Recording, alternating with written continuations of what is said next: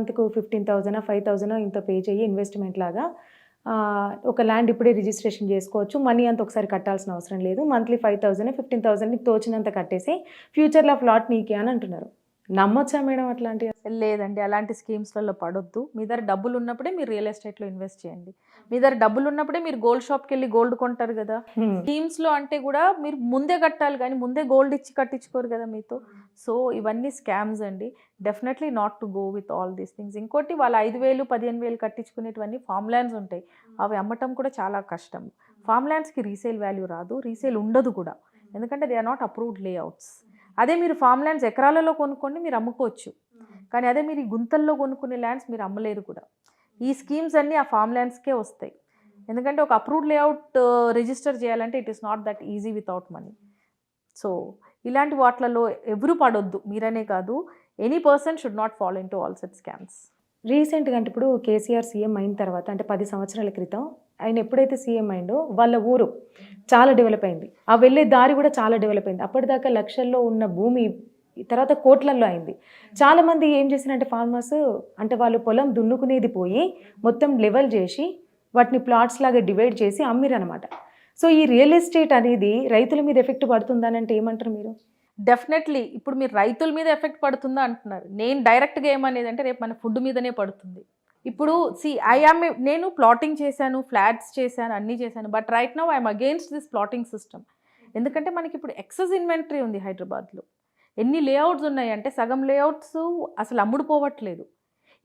ఈ లేఅవుట్స్ వచ్చినటువన్నీ మనకు ఒకప్పుడు దున్నుకునే భూమిలు, అగ్రికల్చర్ చేసేటివి.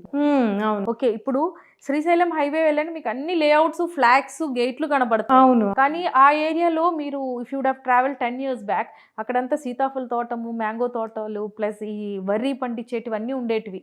ఓకే, జామకాయలు, ఇవన్నీ ఇప్పుడు అన్ని ప్లాటింగ్ అయిపోయింది. ఇప్పుడు ఇదే కంటిన్యూ అయితే రేపనే రోజు మనకి ఫుడ్ అనేది చాలా ఛాలెంజ్ అవుతుంది. ఇప్పుడు నేను ఊటీలో ఒక ప్రాజెక్ట్ చేస్తున్నాను, I'm selling it in acres. అది ఏకర్స్లో నేను అమ్మేసి నేను బయర్స్ దగ్గర నుంచి తీసుకొని నేను ఫార్మింగ్ చేస్తున్నాను దాని మీద. ఎందుకంటే ఈ ప్లాటింగ్ అనేది ఇప్పుడు మీరు ఒక ఫ్లాట్లో ఉంటున్నారు, మీ పిల్లలు ఉన్నారు, ఆ పిల్లలు పెరిగేటప్పుడు వాళ్ళ అవసరాలకి 1-2 ప్లాట్లు కొనుక్కోండి. కానీ ఇప్పుడు మనకి ఇది ఎట్లా అయ్యిందంటే ఎవ్రీ ఇయర్ బోనస్ వచ్చింది, నేను అక్కడ ప్లాట్ కొనాలి, ఎవ్రీ ఇయర్ ఆర్ ఎవ్రీ 3 yearsకి ప్లాట్ కొనుక్కోవాలి. మనం ప్లాట్ కొనుక్కుంటాం, రేపు మనకి వాటర్ ఉంటుంది, గాలి ఉంటుంది, కానీ ఫుడ్ ఎక్కడి నుంచి వస్తుంది? Food is going to be the next challenge which overall ఇండియాలోనే మనం అది ఫేస్ చేయబోతున్నాం. ఎందుకంటే every city is getting crowded. బెంగళూరులో వ్యవసాయం చేసేంత భూమి లేదు మనకి. కంప్లీట్లీ ఐటీ సెక్టరు మొత్తం కాంక్రీట్ జంగల్ అయిపోయింది. ఇప్పుడు హైదరాబాద్ సిచ్యువేషన్ కూడా అదే.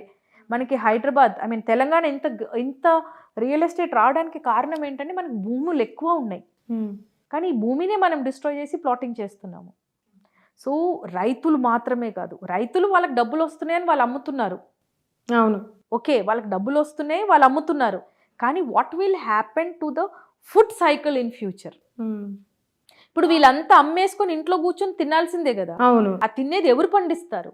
ఎక్కడున్నాయి భూములు? So this is the biggest challenge which we are going to face in the near future. మన జనరేషన్ వరకు కూడా మనకున్న ఫెసిలిటీస్తో మనం సబ్సైడ్ అవ్వలేము. ఎందుకంటే ఇప్పుడు మీరు చూస్తే రైస్ పెరిగింది, కందిపప్పు పెరిగిపోయింది. ఓకే, రేపనే ఫ్యూచర్లో గోల్డ్ తక్కువ అయ్యి ఫుడ్ ఎక్కువ అయ్యేటట్టు కనపడతా ఉంది. అవును, బికాస్ చేసేవాళ్ళు లేరు. ఫార్మర్స్ పిల్లలందరూ ఐటీ ఎంప్లాయీసే. Okay, so where is the land? There is no land, there is no farmers. So definitely future is going to be a challenge for food. Okay madam, అంటే ఇప్పుడు ఆల్రెడీ మీరు చెప్పారు, but మళ్ళీ ఒకసారి చెప్పండి few లైన్స్లో. అంటే రియల్ ఎస్టేట్ అని కాదు, ఒక మహిళ అంటే మిమ్మల్ని చూసిన తర్వాత నాకు చాలా బాగా అనిపిస్తుంది.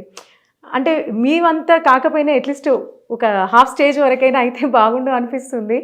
అంటే ఏం టిప్స్ చెప్తారు మేడం మీరు లేడీస్కి ఒక మంచి పొజిషన్కి రావాలి అని? అంటే ఎంతసేపు లేడీస్కి ఉంటుంది కదా, అయ్యో ఫ్యామిలీ, హస్బెండ్ని చూసుకోవాలి, పిల్లల్ని చూసుకోవాలి, అంటే ఎక్కువ వాటికే ప్రిఫరెన్స్ ఇస్తారు వాళ్ళ ఓన్ కంటే. మీరు ఇచ్చే చిన్న టిప్స్, జస్ట్ ఒక ఫ్యూ లైన్స్. బాగా చదువుకోండి, ఎందుకంటే సొంత కాళ్ళ మీద నిలబడటం అనేది it is very very important. ఒక స్టేజ్ వచ్చాక పేరెంట్స్ దొబ్బేస్తారు ఇంట్లో నుంచి, నిజం చెప్పాలంటే.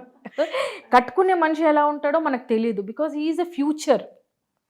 ఏమవుతుందంటే 20, 22, 23 yearsలో people fall in love, get married, మళ్ళీ వాళ్ళ ఇంపార్టెన్స్ డిఫరెంట్ అయిపోతుంది.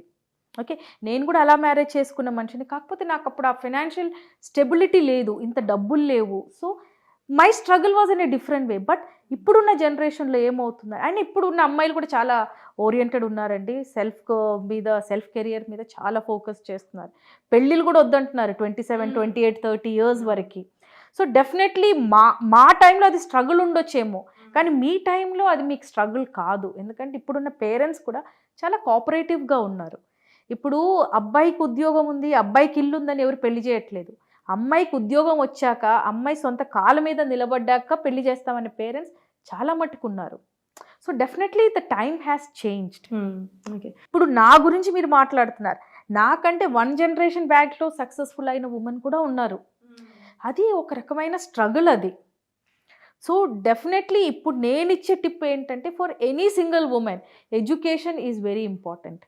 ఇంకోటి, చిన్నప్పటి నుంచే మన చిన్న చిన్న ఇష్యూస్ నాన్నకు చెప్పటం, అన్నకు చెప్పటం, తమ్ముడికి చెప్పటం కాకుండా మన చిన్న చిన్న ఇష్యూస్ మనమే సాల్వ్ చేయడానికి ట్రై చేసుకోవాలి.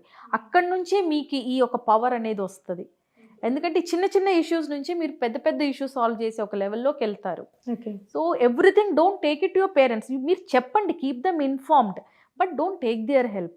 చిన్న చిన్న ఇష్యూస్ మీరే సాల్వ్ చేసుకొని, మీరే రిజాల్వ్ చేసుకొని ఆ ఒక హ్యాబిట్ని కల్టివేట్ చేసుకోండి. అప్పుడే మనకు ఆ సెల్ఫ్ డిపెండెన్సీ అనేది వస్తుంది. ఓకే. అంటే మేము ఇప్పుడు ఈ రియల్ ఎస్టేట్ రంగంలో మినిస్టర్స్ సపోర్ట్ ఉండాలా కంపల్సరీ? అట్లేమీ లేదండి, అసలు ఏం అవసరం లేదు. మీ ప్రాపర్టీ కరెక్ట్గా ఉండి మీకు కరెక్ట్గా అప్రూవల్స్ ఉన్నాయి అంటే మనకి అంటే ఓన్లీ ఒక 1 plot తీసుకోవడానికి కాదు మేడం, ఇప్పుడు ఓన్గా వెంచర్ పెట్టుకోవాలన్నా అవసరం లేదండి, అదేం అవసరం లేదు. ఇవన్నీ సింపుల్ పుకార్లు అండి, ఇవన్నీ నథింగ్. ఇప్పుడు మీకు ఒక ల్యాండ్ మీరు జెన్యున్గా కొనుక్కొని అప్రూవల్కి వెళ్తే మీకు ఏ మినిస్టర్, ఏ పొలిటికల్ పార్టీ కానీ ఎవరిది సపోర్ట్ అవసరం లేదు.